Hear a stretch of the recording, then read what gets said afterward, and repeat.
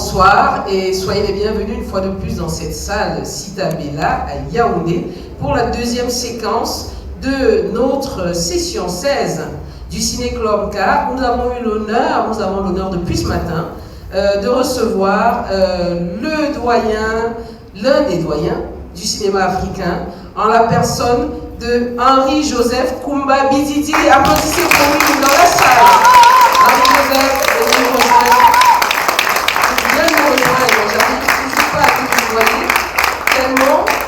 tellement nous sommes proches par le travail. Sois le bienvenu dans cette salle, si tu es là, une fois de plus. Merci Marie-Noël. Applaudissez pour lui. Je pense. Travaille pour nous depuis ce matin. Après la masterclass, nous sommes à la deuxième séquence soirée adulte où on va déguster ton chef-d'œuvre, le collier du Makoko. Ce matin, c'était les couilles de l'éléphant. Et pour ceux qui l'ont vu, ça fait toujours, ça interpelle. Mais aujourd'hui, ceux qui sont là vont voir le collier du Makoko. Pourquoi? Qu'est-ce qui t'a poussé à faire ce film? Pour commencer par là. Ah, c'est une longue histoire, Marie-Noël. D'abord, il faut le situer dans son contexte. C'est un film où nous sommes battus pour le faire, pour les 50 ans du cinéma au Gabon. D'abord parce que l'auteur principal, le premier auteur du film, qui s'intitulait à l'époque Le Lion de Pouvara, n'est rien d'autre que Robert Darren. Et Robert Darren, c'est le réalisateur du film La Cage, qui est le premier film long métrage gabonais, mais que dis-je, d'Afrique subsaharienne, en 1962, en même temps que sortait Borom Sarit de Sembène Ousmane. Et ce film La Cage a été à Cannes en 1963. C'est la première fois qu'un film subsaharien à Cannes. Et donc, l'histoire veut que Robert Darren avait déjà voulu faire ce film au Gabon. Il est venu, il a pris tous les contacts avec les productions Alain Sa, une société française. Mais il se trouve qu'il avait dépassé 60 ans et il y avait un problème pour les assurances. Et il a laissé geler le projet. Il se trouve que quand le film qu'on a vu ce matin, Les couilles de l'éléphant, est passé en France, il en a entendu parler. Il est monté parce qu'il habitait à Rambouillet, paix à son âme, il est mort il y a 5 ans, il avait 101 ans. Et il est monté de Rambouillet pour venir voir le film et il a essayé de se rapprocher de Hugues Nol, qui était le producteur exécutif du film Les couilles de l'éléphant. Et il lui a dit, je pense que si je n'ai pas pu faire ce film, je pense que votre équipe qui a fait Les couilles de l'éléphant peut le faire. Et là, tu as réécrit, tu as réadapté l'histoire ou voilà. tu l'as fait telle qu'elle? Voilà, donc le producteur exécutif Hugues Nol nous a contactés au Gabon en disant « Ah, voilà ce qui se passe, est-ce que ça vous intéresse ?» Il m'a convoqué, j'ai lu le scénario. Bon, j'ai vu qu'il fallait le réaménager, tourner par nous. Et j'ai dû faire un voyage pour le trouver, discuter de tout ça. On est tombé d'accord pour le faire. Mais On va pas tout dire ici. Voilà. Je voulais juste que tu nous fasses une mise en bouche. Voilà. Tu l'as fait le film. Voilà. Tu vas nous donner les circonstances tout à l'heure. D'accord. Après qu'on ait regardé le film. Et je voudrais déjà rappeler quand même de quoi est-ce qu'on va parler. Parfait. Qu'est-ce que nous allons déguster pendant 1h54. Il était une fois une reine qui décide de faire revenir un collier sacré ayant appartenu à un de ses ancêtres. Et ce collier, pense-t-elle, ramènera l'équilibre et la prospérité au sein de son peuple. Il n'y a pas que ça. Mais je voudrais laisser notre public le découvrir. Après, nous allons continuer la discussion. Tu veux bien? Avec plaisir. Allez, installez-vous et regardons ce chef-d'œuvre, le collier du Makoko. Wonjarigi onyang banganti wonjarigi ave ulu wakama kema kokubwa oyivuruga.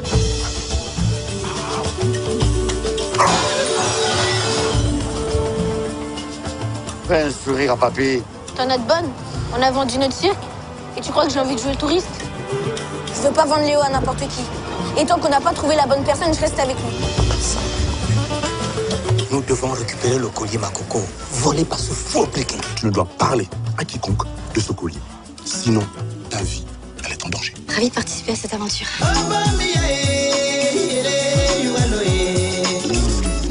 Heureusement qu'entre nous, tout s'est transformé en amitié. Léo, calme-toi. C'est moi, c'est Thomas. Un lion descend dans une gare et vous parlez de malentendus. Monsieur le gouverneur, s'il vous plaît.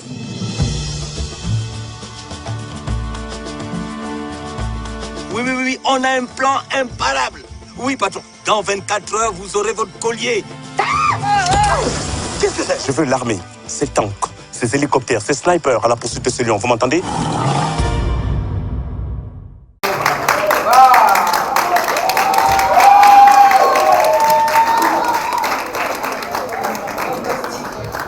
Le collier du Makoko, veuillez applaudir une fois de plus pour ce film fantastique. Waouh! Le collier du Makoko, quel fantastique! Ça, c'est Indiana Jones. En même temps, je trouve, on a vécu tellement de majesté, tellement de beauté, tellement. Ça, c'est le Gabon dans toute sa beauté. Applaudissez pour le Gabon. Merci, merci. Ça, c'est une Afrique revisitée, une Afrique, sublimée. Je vais dire ça comme ça. Franchement, merci pour ce film que tu as tenu quand je le découvre, comme tout le monde. Et j'ai reçu un coup au ventre. Je ne vais pas te donner la parole tout de suite. Je voudrais que Léontine, toute en émotion, toute bouleversée, nous dise en tant que Léontine, tout le monde la connaît, c'est notre co-chroniqueuse, mais surtout parce que c'est notre cinéphile la plus avertie. Alors Léontine, ce film, qu'est-ce que tu nous en dis? Alors, quel régal! Quel régal! Je me suis vraiment régalée en regardant ce film, Le collier du Makoko, des scènes de vie criardes d'authenticité.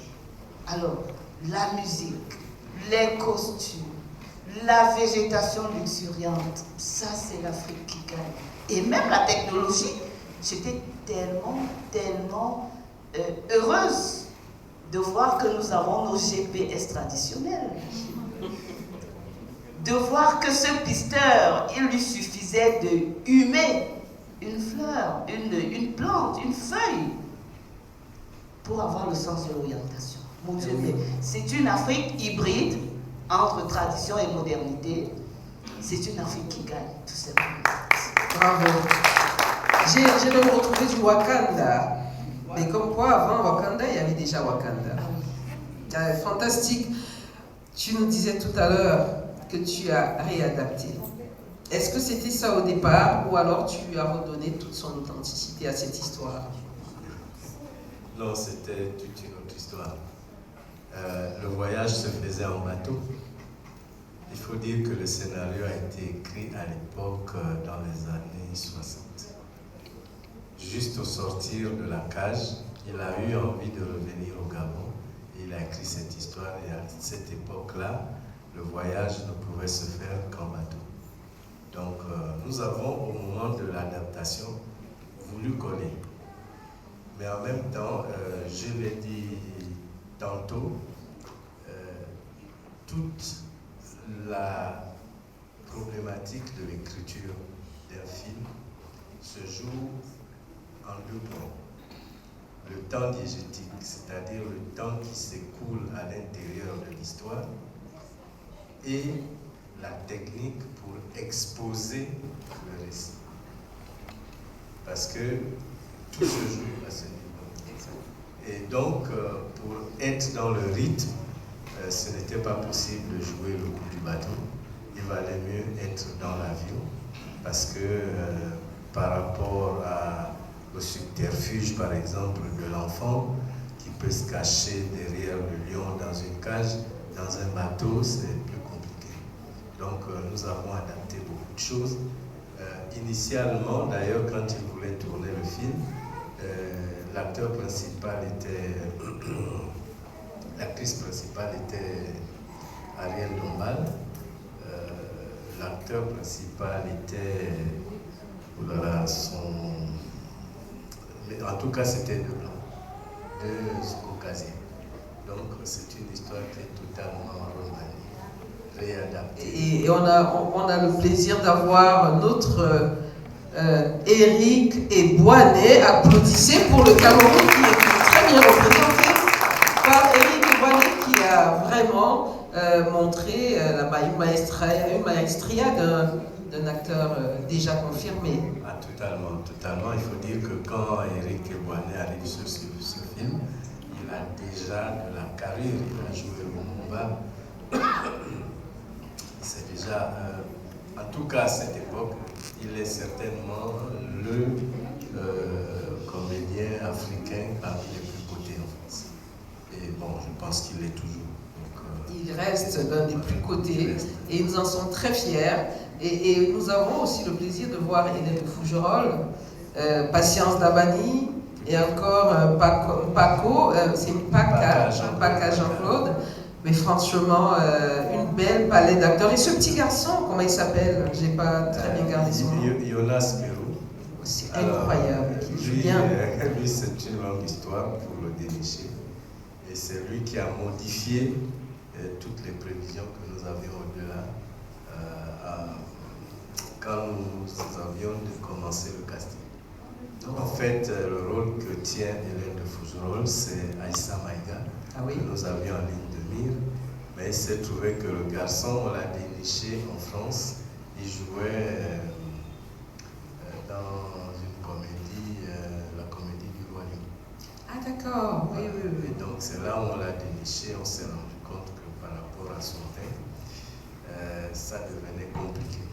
On a réécrit les scénars, tout ça, par rapport à ce garçon, on va adapter entre Éric Eboinet et Hélène Fougerolles. Que de magie à faire pour avoir un beau film. Merci beaucoup, on était bien servis. Et je vais, en continuant, quand même relever que nous avons les responsables de l'ambassade du Gabon à Yaoundé qui sont présents dans la salle, monsieur le chargé d'affaires et madame Patricia Omané qui sont là. Merci d'être là. Merci d'être là pour accompagner l'un des doyens du cinéma gabonais et africain par excellence. Voilà, en général. Je vais quand même vous donner la parole parce que là, on nous a baladé dans le Gabon. Est-ce que vous vous retrouvez, peut-être que vous êtes devenu Camerounais, est-ce que vous pensez que c'est votre Gabon qu'on vous a montré? Qu'est-ce que vous en pensez? Voilà. Je remercie Marie-Noël, le Ciné-Club Cap, pour nous avoir permis ce survol. C'est vrai, nous nous sommes retrouvés dans tout ce qui vient d'être fait. Un hommage à ceux qui font partie de ce film, qui sont décédés, notamment Vito Sekoto et bien d'autres. Je tiens à féliciter une fois de plus le grand Henri-Joseph pour cette œuvre qui restera dans la postérité. Merci. Et c'était une très belle soirée, même si Eno n'a pas trop aimé le temps. Je vous remercie. Merci beaucoup. Merci Madame Obané. Quelque chose à dire en tant que Gabonaise? Passez le micro à Madame Obané. Tout simplement, je voudrais te remercier Marie-Noël, te féliciter déjà pour tout ce qui s'est passé aujourd'hui. Et je dirais à travers le film, nous avons reconnu certains grands acteurs, Philippe Maury, qui n'est plus là, et les autres. Et je dirais que ce film, je ne l'avais jamais vu, j'avais juste vu des extraits, mais c'est aujourd'hui, maintenant au Cameroun, que j'ai pu le voir entièrement. Et je tiens à féliciter au réalisateur et à toute l'équipe, parce que c'était vraiment bien. Nous avons reconnu le Gabon, Nous avons reconnu Libreville, nous avons reconnu notre aéroport et nous avons reconnu le Haut-Togoé. Donc tout a été fait sans... Il n'y a pas eu d'ajout, hein. C'était vraiment le Gabon. Ah, c'est beau ça. Gabon. Donc félicitations à toute l'équipe. Je pense encore à quand on a parlé des coups de l'éléphant, on a parlé du métissage et de l'interculturalité. Ça reste constant dans tes films. Pourquoi être aussi accroché à cela? J'avoue que je ne saurais pas trop l'expliquer moi-même, mais je pense que nous vivons un monde qui est ouvert. D'ailleurs, la thématique de notre masterclass embrasse bien ces notions-là. Nous sommes dans un monde du partage et vous voyez bien que cette interculturalité inclut même les animaux, les insectes qu'on va chercher en Amérique. Nous sommes dans un monde nouveau et dans ce monde nouveau-là, nous ne pouvons que aller vers quelque chose d'interculturel, mais une fois de plus, le credo est que chacun de nous apporte ce qu'il a à apporter à l'humanité. Et c'est fantastique, je viens de me rappeler une scène, c'est Pygmée, ce chef de Pygmée, qui demande « Mettez la lumière qui nous a été donnée par l'ONG ». Et puis on voit des plaques photovoltaïques. Incroyable. Mais je crois que ça c'est plus qu'un film documentaire. Et de montrer comment les Pygmées, qui sont censés être les peuples arriérés, sont même en avance sur ceux qui se disent modernes. C'est-à-dire mais ils reconnaissent que cela leur a été donné par les ONG. Dans la scène, ils pourraient vivre avec, mais ils préfèrent rester eux. Et c'est l'incident qui amène à ce que, finalement, on montre qu'ils vivent avec de la modernité, mais qui n'en sont pas esclaves. Et je pense que c'était ça un peu une partie du discours. Et la preuve, elle est dans le fait aussi qu'ils lisent, ils savent. Ils savent lire, ils parlent bien. Ils parlent, ils reconnaissent. Donc c'est nous qui les imaginons autrement que ce qu'ils sont. Ah, merci. Et je crois qu'il y a tellement de choses à dire. Je vais d'abord passer la parole à la salle pour que vous puissiez exprimer vos émotions après ce film. Après trop de commentaires, le collier du Makoko vient d'arracher un coup de cœur. Et la première mission du professeur était de ramener les lions. Et ensuite, la mission du monsieur du village était de ramener le collier au Gabon. Et après, ça s'est fait en deux en un. Le lion est venu avec le collier.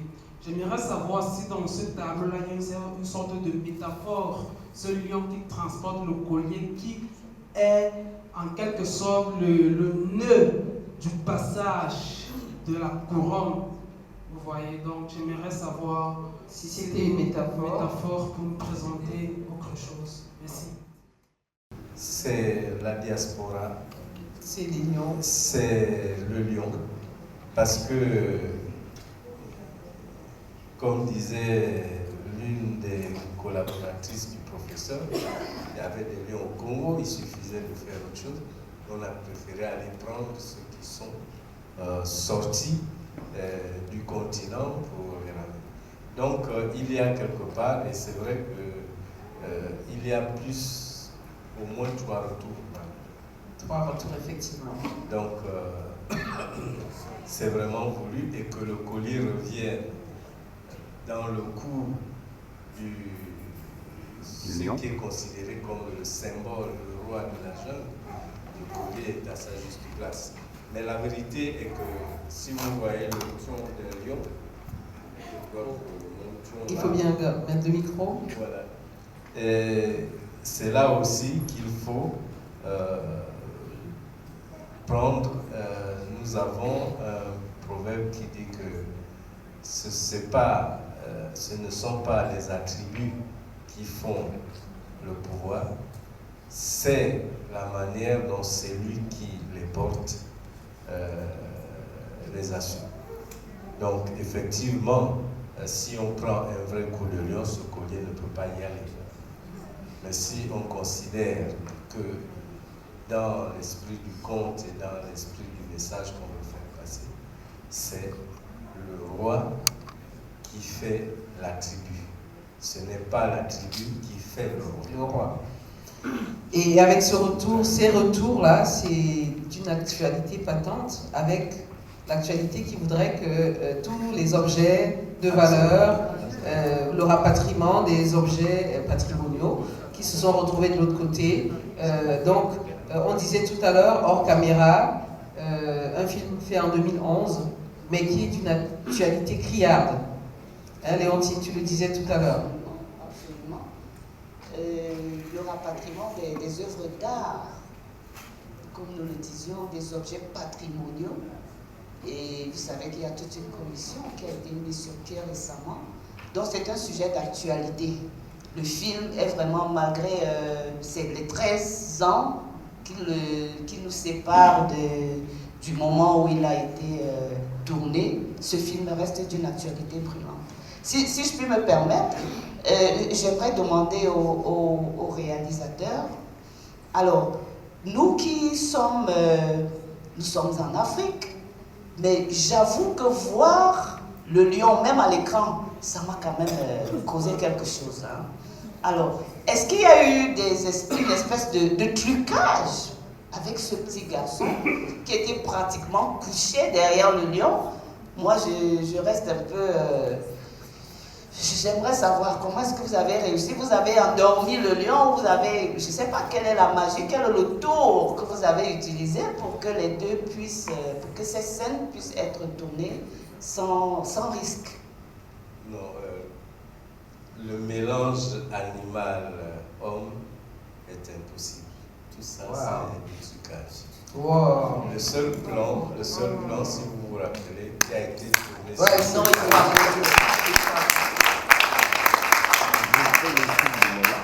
Le seul plan qui a été tourné sans trucage, c'est quand ils sortent dans la savane, vers la fin du film, on voit le garçon derrière et le lion devant. Et cette scène est possible parce que le dompteur est devant. Ah, d'accord, waouh, incroyable. Et tout le reste? Tout le reste, c'est des effets spéciaux. Ah, bravo. Des effets spéciaux. Bravo, le cinéma permet tout. Incroyable, ça c'est du cinéma. Ah, c'est du vrai cinéma alors. Je vais passer la parole à Charlotte. Oui, tu voulais ajouter quelque chose? Oui, nous avons eu un incident à la gare de la Lopé avec le lion parce que vous savez, quand on le tourne, les caméramans, les deux caméramans sont dans une cage. Ah oui. Et partout où on le tourne, il y a des filets qui sont faits, posés de telle sorte que s'il sort seulement, les filets avec des sacs de 50 kilos qui sont de sable qui sont posés pour tenir le filet de sortie de la chemin. Et à la gare de la Lopé, nous avons eu un incident. Là où le lion sort à la gare. Oui, pour aller dans la forêt. Non, oui, ah, oui. Où les gendarmes. Cette scène-là a failli me coûter cher parce que c'est là, les animaux ont la même psychologie que nous. Les gares sont faites presque en nu et la cage est au fond et lui doit venir en face. Le dompteur est en face de lui. Et parce qu'il a raté, il a glissé, il a refusé de rentrer dans la cage et il est venu vers nous. Oh. Mais c'est en deux bonds. D'ici là-bas, c'est en deux bonds. Le temps de voir ça venir, c'était...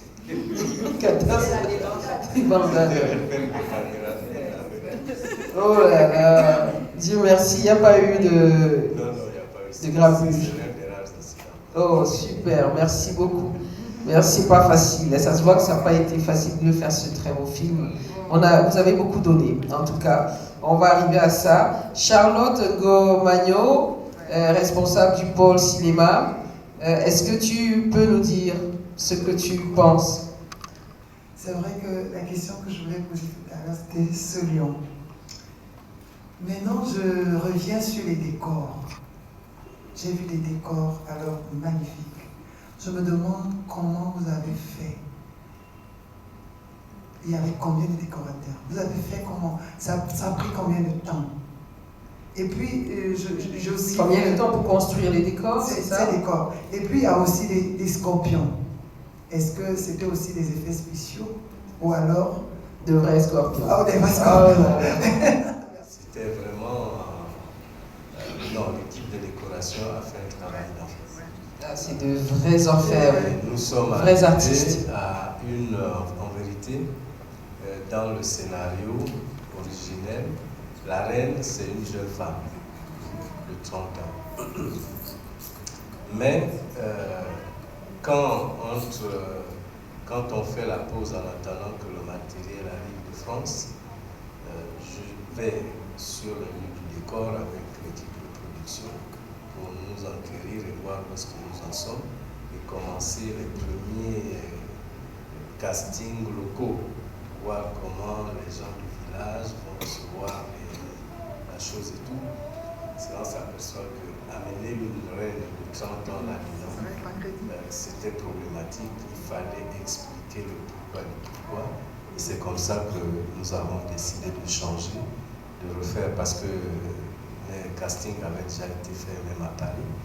Et nous avons décidé de changer et nous nous sommes rendus compte au même moment que Madame Patience Dabani venait de sortir un clip qui allait un peu dans ce sens-là.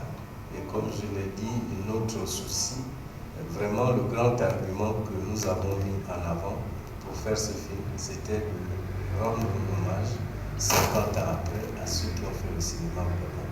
Et c'est comme ça que le choix s'est orienté vers Madame Patience Dabani, qu'il a fallu draguer, expliquer, pour la faire accepter de jouer le rôle.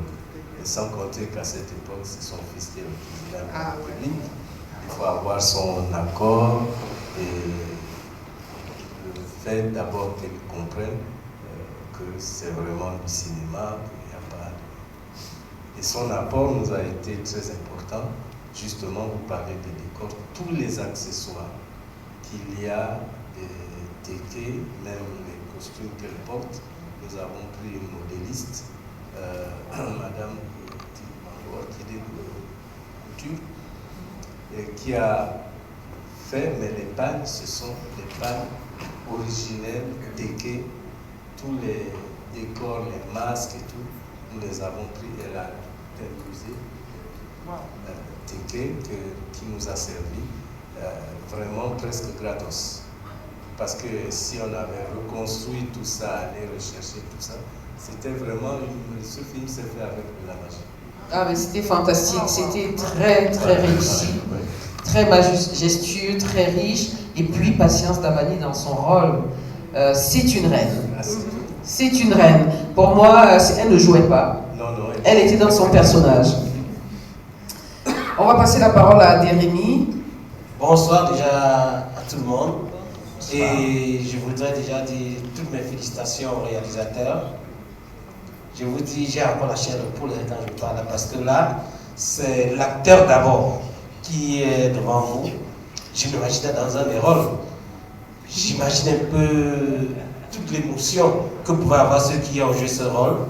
Parce que si je l'avais joué et que je me revoyais maintenant, je me demanderais comment est-ce qu'on a réussi à arriver à tout ça. Vraiment, c'est beaucoup de travail. Je crois, pour ce que j'ai pu faire quelques fois, quand je vois ça, c'est beaucoup de travail. Et je dis, compte tenu de tous ces gens-là, c'est vraiment, c'est de haut niveau. J'ai demandé tout à l'heure, comme le disait Marie-Noël, ça a été tourné en quelle année pendant qu'elle posait la même question. On me dit 2011. Je crois que la modernité était au Gabon déjà.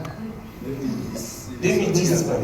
Parce que quand je vois les scènes, j'ai l'impression que c'était en 2003. C'était hier, mais ça fait pas longtemps quand même. Je vous dis, nous avons les mêmes problèmes et nous les résolvons de la même façon. C'est la même vie que nous avons tout de suite là. Mais je dis, vous avez une avance. Je suis sûr que vous aurez fait retour vers le futur ou bien retour vers le passé. Je ne sais pas comment vous dire ça. Parce que vous avez vu avant même.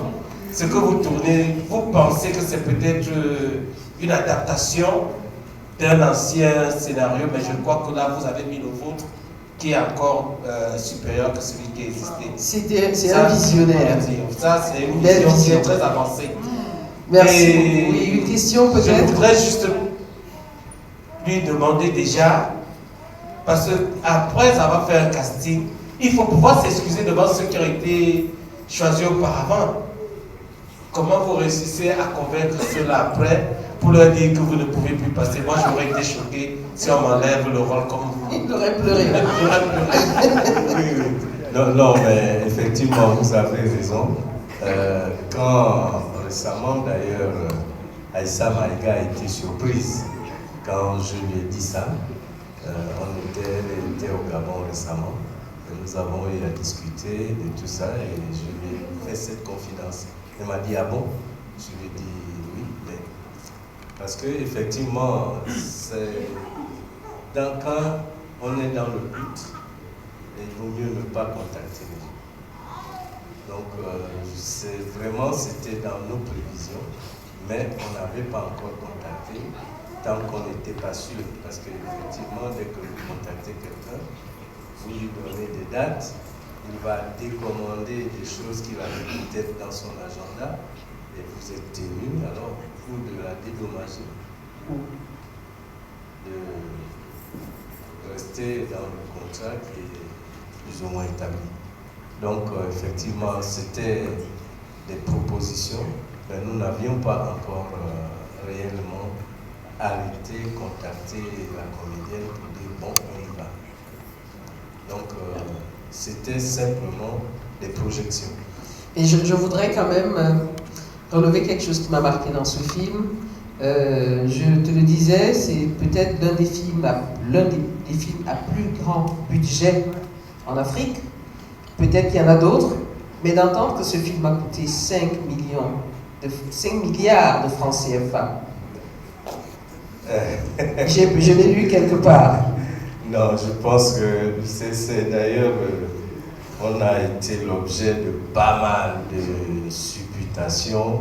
Il y en a qui ont dit 15 milliards, d'autres 10 milliards,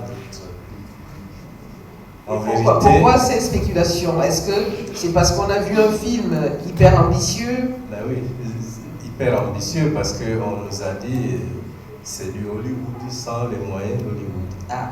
Voilà, c'est un peu comment on nous présentait. Est-ce que c'était un peu pour nous tacler? Est-ce que c'était pour... pour valoriser pour moi. Mais il faut dire qu'effectivement, il a coûté cher. Mais pas... Mais c'était une production complètement gabonaise. En partie, bon, par exemple, en majeure partie, nous avons par exemple bénéficié du crédit d'impôt en France. Le crédit d'impôt, c'est un crédit que le CNC accorde à des films pour lesquels ils considèrent qu'ils mettent en valeur la culture française. Et ça correspond à rembourser le montant de la TVA sur toutes les dépenses qui se sont faites en France. Et c'est pratiquement cette TVA qui nous a permis d'assurer toute la post-production. Qui était assez coûteuse également. Qui était assez coûteuse. Ce sont les trucages des lions, des scorpions, le montage. En tout cas, ça a été supporté par la TVA en France. Et on a vu la belle Tour Eiffel, l'Arc de Triomphe, les belles rues de Paris. Et c'est vrai qu'en partant de là, on se retrouve dans un Gabon tout aussi beau. Et ça explique qu'on peut être au Gabon, on peut être à Paris. On n'a rien à envier d'un côté ou de l'autre. Absolument. Nous avons essayé de montrer le meilleur de partout où on est. Des deux côtés. Merci beaucoup. On va passer la parole à Yvette Tchatchou. Bonsoir à tous. Bonsoir. Je suis enseignante, mais je me suis régalée ce soir. Merci vraiment au réalisateur. Très belle œuvre. C'est vrai qu'il a commencé à répondre à la question tout à l'heure. Je voudrais juste lui demander, c'est un travail aussi titanesque. Ça a été fait en combien de temps, s'il vous plaît? Merci. Combien de temps? Préparation, écriture, tournage? Pour Pour moi, c'est 5 ans de travail. Entre le moment où on a décidé qu'il fallait le faire, toute la préparation, la réécriture, j'ai fait quasiment 5 fois presque le tour du Gabon. Wow. Enfin, quand je dis monsieur le chargé d'affaires, ce que c'est que de partir de Libreville à Bakumba en voiture, aller à Likoko, aller dans les plateaux. Il y a une partie qu'on n'a pas pu montrer, c'est le désert. C'est-à-dire que, oui, mais c'était trop loin. C'est-à-dire qu'au-delà du canyon, vous avez le plateau qui est du sable, mais vous avez encore plus loin vers la frontière avec le Congo, le plateau vert. Vous avez l'impression d'être dans un désert. Et je pense que nous avons fait ces parcours-là, j'ai fait ça peut-être 5 fois. C'est un gros travail de recherche que vous avez fait parce que vous avez montré ce qu'on ne s'imaginait pas voir au Gabon et avec beaucoup de détails. Et non, mais c'est un travail titanesque, vous l'avez dit. Alors, ça me donne envie de revenir voir un autre film africain de cette envergure. Merci. Non, disons c'est 5 ans. 5 ans. Enfin, à mon niveau, c'est 5 ans de travail. Et nous avons toute la vie pour le voir. Bon, c'est peut-être la première fois que je le raconte. Bakumba est une zone qui est au sud, vers la frontière avec le Congo. Bon, mais quand même à 25 km. Et nous sommes restés là-bas pendant 1 mois. Et la scène avec les pygmées de nuit était la scène la plus redoutable que nous avions à tourner. Ah oui. Mais parce que c'est la nuit. Et tous les jours que Dieu a fait, il pleuvait la nuit. Et au dernier moment, les pygmées qu'on avait été chercher dans des villages différents tenaient à partir. Ils avaient laissé leurs plantations, leurs femmes, leurs enfants et tout ça. Et ils se demandaient chaque fois que on tourne quand. On leur dit, bon, on a un problème, il pleut souvent la nuit. Ils disent, non, aujourd'hui il faut venir tourner parce que... Nous, on veut rentrer chez nous. Je dis, bon, ok, on va essayer. Et puis vers 15h, on regarde déjà le ciel, on se dit, bon. Ils disent à la script, l'assistante script gabonaise, il faut qu'il amène 10 noix de cola et un whisky, et un rhum. Après, je goûte toute l'équipe parce qu'il fallait mettre tout ça en prendre. Je dis, bon, allez, on va en prendre. J'ai été acheté. À 18h, les nuages étaient là. Le vent commençait à souffler. On était déjà sur les vieux, ils disent, ils vont les pygmées là, on dit ça c'est pas un problème. Ils rentrent dans la forêt et ils commencent à faire des incantations. Mais par contre, un vieux m'a dit oui, ça peut se faire, mais il faut retirer la bouteille de rhum très vite. Parce que après, sauf que je n'ai plus fait attention et à un moment donné, la pluie s'arrête, mais alors c'est le foutoir sur le plateau. Celui qui devait jouer le rôle du chef ne pouvait plus, il semblait bourré. Il avait bu. Et celui qui joue le rôle du chef n'était pas du tout prêt. C'est vraiment comme ça, l'équipe française commençait à s'énerver. Vous savez ce que c'est sur un C'est plateau. ça. J'ai dit, bon, on va y aller, Beaucoup de pour stress. sortir de là.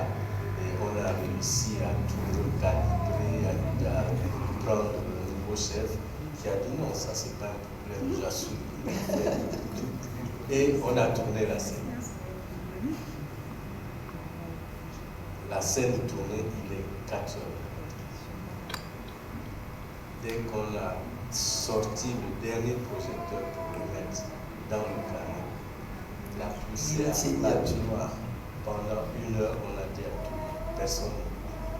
laisse dans les voitures parce que on était en brousse, on allait partir en ville. Donc on est resté là jusqu'à 5h du matin. Et ensuite. Wow. Vous voyez ça? Le pouvoir des pygmées, hein, ils ont beaucoup de pouvoir dans la forêt. Fantastique, c'est bien de nous raconter ça. Même les Européens n'en revenaient pas. Ils se disaient, c'est pas possible. Comme quoi, hein, nous avons notre spiritisme qui n'appartient qu'à nous. Léontine, tu veux dire quelque chose? Oui, je voudrais demander à notre réalisateur si il a voulu faire passer un message. Je m'explique, j'ai quand même cru ressentir une espèce d'affrontement de deux théories pour l'Afrique. Une théorie progressiste qui voudrait que l'Afrique s'intéresse également aux grandes questions de l'heure, écologiques notamment, le réchauffement climatique, la préservation des espèces en voie de disparition et autres, et une autre qui voudrait juste que l'Afrique ne soit bonne que pour l'aventure. Alors, est-ce que, je ne sais pas, vous pouvez confirmer, ou alors, c'est une impression que j'ai eue en écoutant, en écoutant les propos des protagonistes, oui, des uns et des autres. Donc je pense que vous êtes dans le vrai parce qu'effectivement, toute la question, et je pense que le professeur Boumi, il le reprend et même il le reprend avec l'enfant dans le cœur. La biodiversité. Aujourd'hui, il est question de faire en sorte que nous puissions réparer ce que nous avons détruit et qui est à l'origine des déséquilibres que nous constatons. Donc nous avons le devoir, et c'est pour ça, quand il parle de réintroduction, quand il parle de la biodiversité, je pense qu'on est dans ce discours-là. Et au-delà de ça, c'est que nous ne devons pas être des contemporains, nous devons être les acteurs de ce changement-là. Donc c'est dans ce sens-là que je valide votre... Mais c'est fantastique. Et votre histoire m'a rappelé aussi, au niveau du Cameroun, ce retour du collier me rappelle l'histoire du peuple Kom, avec la statue Afouakom qui avait été emportée par les amateurs d'art dans les années 1973 à New York. Et cette statue, pendant longtemps, le peuple était en déshérence jusqu'à ce que, quelques années plus tard, des années plus tard, quand la statue est revenue, a été ramenée, le peuple a retrouvé sa paix. Mais ce que je peux rajouter, c'est que cette statue a fait parler d'elle parce que à New York, je crois que le film, le musée, La Nuit au musée, a été inspiré par cette histoire où on disait que la statue, dans la nuit, détruisait tout dans le musée. Et on retrouve ça dans La Nuit au musée.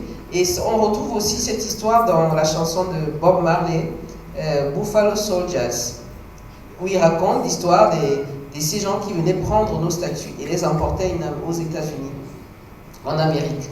Donc quand j'ai regardé ce film avec l'histoire du collier, ça me rappelle dans cette histoire de la statue Afouakom, du peuple Kom, dans le nord-ouest du Cameroun. Est-ce que ça t'avait également inspiré?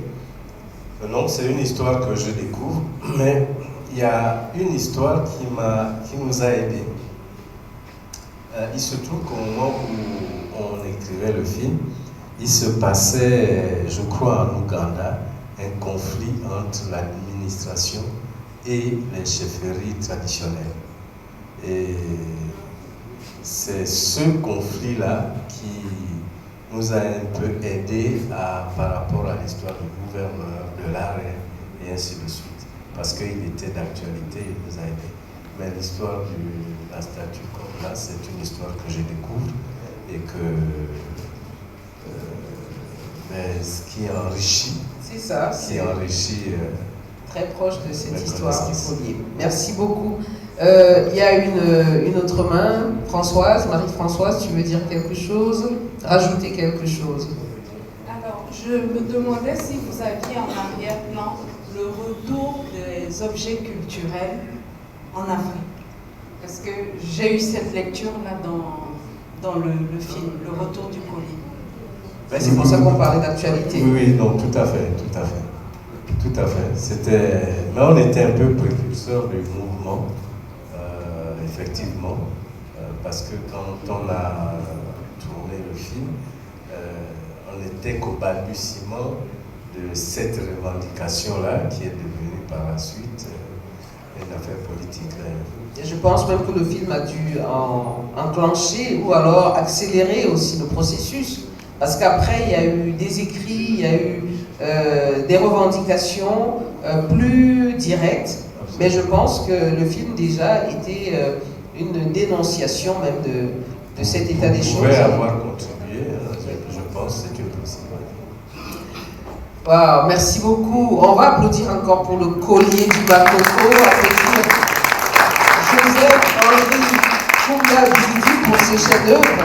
Et je pense qu'on gagnerait à le revoir. Moi, j'ai envie de le revoir une deuxième fois, une troisième fois, parce que c'est tellement riche. Mais je crois que ceux qui sont dans la salle, vous en parlerez autour de vous. Et quand vous entendrez parler de la projection du collier du Bakoko, allez-y en courant. Et je pense qu'on va devoir s'arrêter pour ce soir. Demain, on a une autre journée avec les tout petits. Nous allons regarder les 2 épisodes écrits par Henri Joseph Kumba, les années école. Donc, venez, les enfants seront là à discuter avec toi, comme à notre habitude. Donc, demain à 9h, nous allons nous retrouver dans cette salle. Je voudrais te remercier. Remercier tous ceux qui ont pris un peu de leur temps pour venir découvrir ce beau travail. Et voilà, et vous dire à demain. Merci Henri Joseph. Tu as quelque chose à dire peut-être? Oui, je ne peux pas quitter cette salle sans effectivement avant tout remercier tous ceux qui ont fait le déplacement. Remercier l'association TABA, TLNB Africa, et le Ciné Club Nka pour ces moments agréables que nous venons de passer. Et merci beaucoup.